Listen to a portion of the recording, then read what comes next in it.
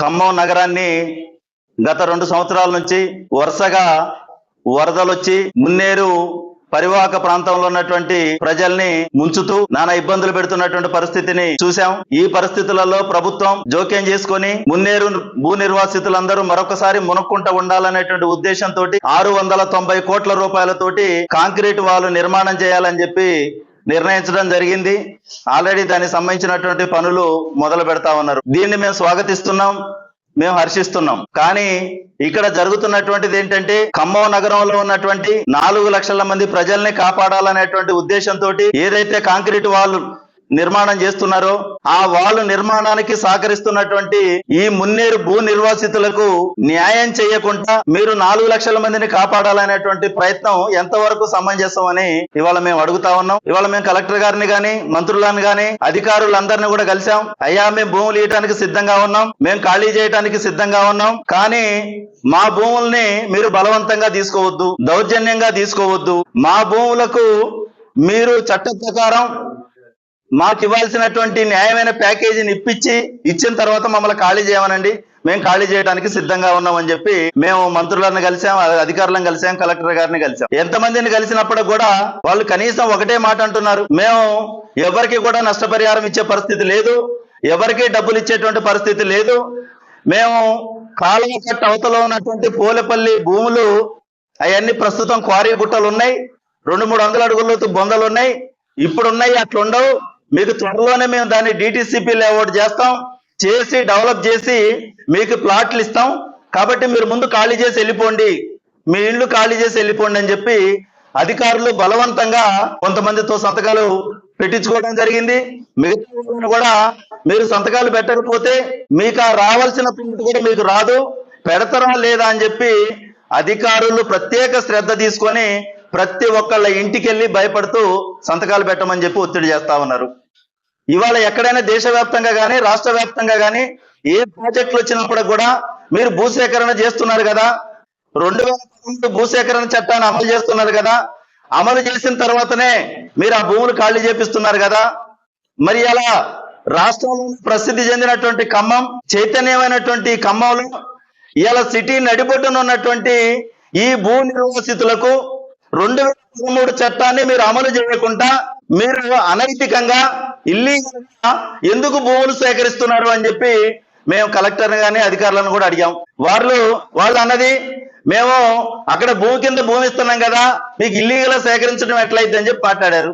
అయ్యా మీరు ఎక్కడ భూసేకరణ చేస్తున్నప్పుడు కూడా మీరు చట్ట ప్రకారం 2013 అమలు చేస్తున్నాం అని మీరు పేపర్ నోటిఫికేషన్ ఇవ్వాలా. అందరికీ ఇండ్లు అయితే పోతున్నాయో, ఎవరెవరైతే స్థలాలు అయితే పోతున్నాయో వాళ్ళందరూ కూడా మీరు నోటీస్ ఇవ్వాలా. నోటీస్ ఇచ్చిన తర్వాత మా అభిప్రాయాన్ని తీసుకోవాలా. మా అభిప్రాయాన్ని తీసుకున్న తర్వాత మేము భూములు ఇస్తాం, ఇళ్ళు ఇస్తామని మేము సిద్ధమైన తర్వాత అప్పుడు 2013 భూసేకరణ చట్టాన్ని మేము అమలు చేస్తున్నామని చెప్పి మీరు పత్రికాముఖంగా ప్రకటించి మా భూములు సేకరించాలా. ఇదే లీగల్ గా చేయాల్సింది. ఇందులో ఒక్క పని మీరు చేశారా? ఏ పని మీరు చేయకుండా మీరు న్యాయంగా మేము సేకరిస్తామని మీరు ఎట్లా మాట్లాడుతున్నారని చెప్పి మేము అడిగాం. అడిగితే కలెక్టర్ గారు కూడా అన్నది ఒకటే, లేదు నేను న్యాయం చేస్తా, ముందైతే మీరు ఖాళీ చేసి పోండి, మీకు నన్ను నమ్మండి, నేను ఇంకా 5-6 నెలలు ఉంటా, కాబట్టి మీకు అన్యాయం చేయనని చెప్పి మాట్లాడారు. ఇది ఎంతవరకు కరెక్ట్ అని చెప్పి అడుగుతున్నాం. మరి రాష్ట్రంగా మీరు సేకరించిన భూములు అట్లే సేకరిస్తున్నారా? ఇప్పుడు మీరు ఖాళీ చేపిస్తున్నారు, ఇల్లు ఖాళీ చేసిపోవాలా. ఇల్లు ఖాళీ చేసిపోయి ఎక్కడ ఉంటున్నా?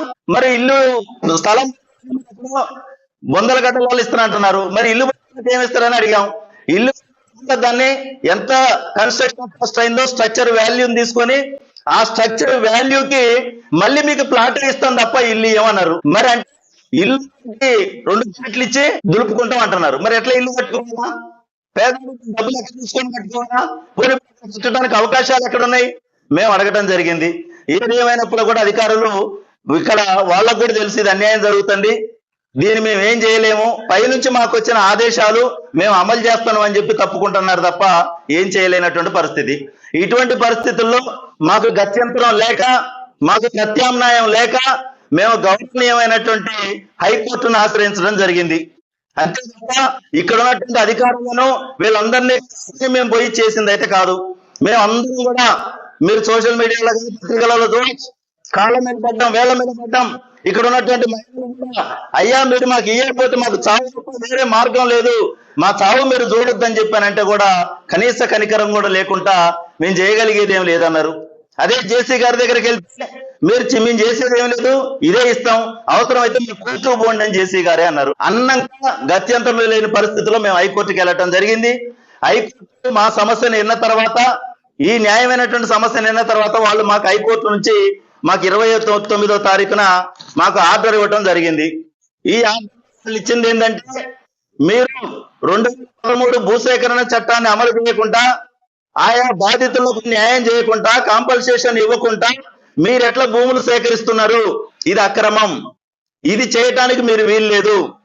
మీరు భూసేకరణ చేయాలి అని అనుకుంటే వాళ్ళకు 2013 భూసేకరణ చట్టాన్ని అమలు చేసి వాళ్ళకు న్యాయమైన పరిష్కారాన్ని చూపించి వాళ్ళు అనుమతి ఇచ్చిన తర్వాత మీరు వాళ్ళ ఇళ్లని వాళ్ళ స్థలాలని మీరు తీసుకోవాలి తప్ప తీసుకోవడానికి వీల్లేదని చెప్పి హైకోర్టు మాకు ఆర్డర్ ఇవ్వటం జరిగింది.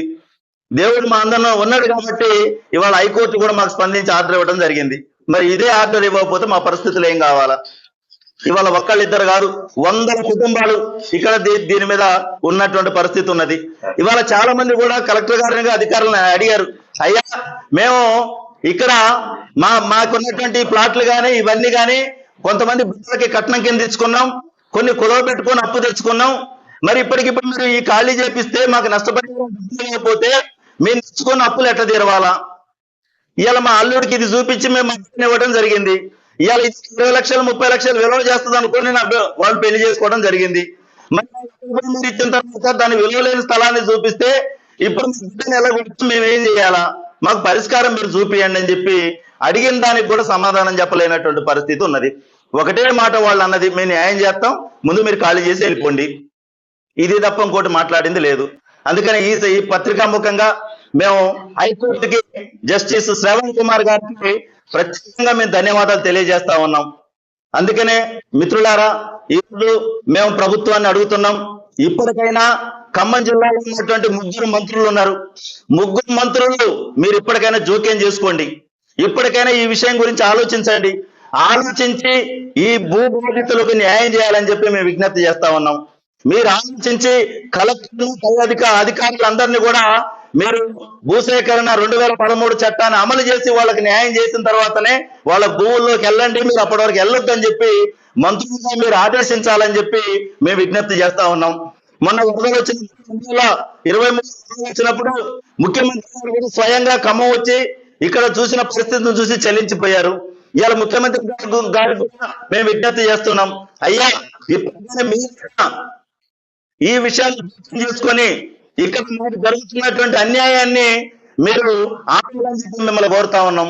ఇప్పటికైనా ముఖ్యమంత్రి గారు కనీసం జోక్యం చేసుకొని ఇక్కడ ముందు భూ నిర్వాసితులందరూ కూడా చట్టం మాకు ఇవ్వాల్సినటువంటి ప్యాకేజీ మాకు ఇస్తేనే మేము ఇల్లు ఖాళీ చేస్తాం, లేకుంటే ఖాళీ చేయమని చెప్పి ఇవాళ మేము ఆర్డర్ తెచ్చుకోవడం జరిగింది. ఇదే మాట మీద మేము ఉండటం కూడా జరిగింది.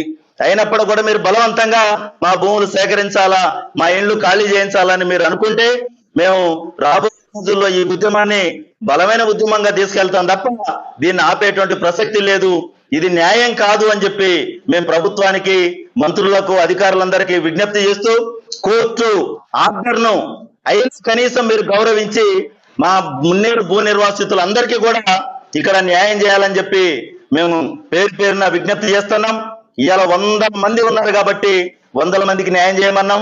ఒకటే అడిగినాం, మీరు ఒకవేళ భూమి కింద భూమి ఇవ్వాలి అనుకుంటే మీరు కంపెన్సేషన్ పరిధిలో మాకు ప్లాట్ ఇవ్వండి అని అడిగాం. దానికి కలెక్టర్ గారు మా దగ్గర భూమి ఇక్కడ లేదు అని అన్నారు. రూరల్ ఉన్న వాళ్ళకి వీళ్ళందరూ కలిపి ఇక్కడ ఇవ్వాలంటే సాధ్యం కాదన్నారు. మేము దానికి కూడా ఒకటి అన్నాం, రూరల్ ఉన్న వాళ్ళకి రూరల్లో ఇవ్వండి, కార్పొరేషన్ లో ఉన్న వాళ్ళకి కార్పొరేషన్ లిమిట్ లో మీరు ఇవ్వండి, మేము అట్లయినా తీసుకోవడానికి సిద్ధంగా ఉన్నామని చెప్పానంటే లేదు లేదు ఇక్కడ భూమి ఖాళీ లేదు, ఇవ్వటానికి ఇక్కడ అవకాశం లేదు, మీరు ఖచ్చితంగా అక్కడికి వెళ్లాల్సిందే అని చెప్పి వాళ్ళు హుకుం జారీ చేయడం జరిగింది. కాబట్టి ఇప్పటికైనా మేము అధికారులందరినీ పెద్ద మనసుతోటి మీరు ఆలోచించి ఇవాళ మాకు అన్యాయం చేయొద్దు, మాకు న్యాయం చేయాలని చెప్పి ఈ పత్రికా ముఖంగా కోరుకుంటూ మాకు ఈ అవకాశం ఇచ్చిన మీ అందరికి కూడా పేరు పేరున ధన్యవాదాలు.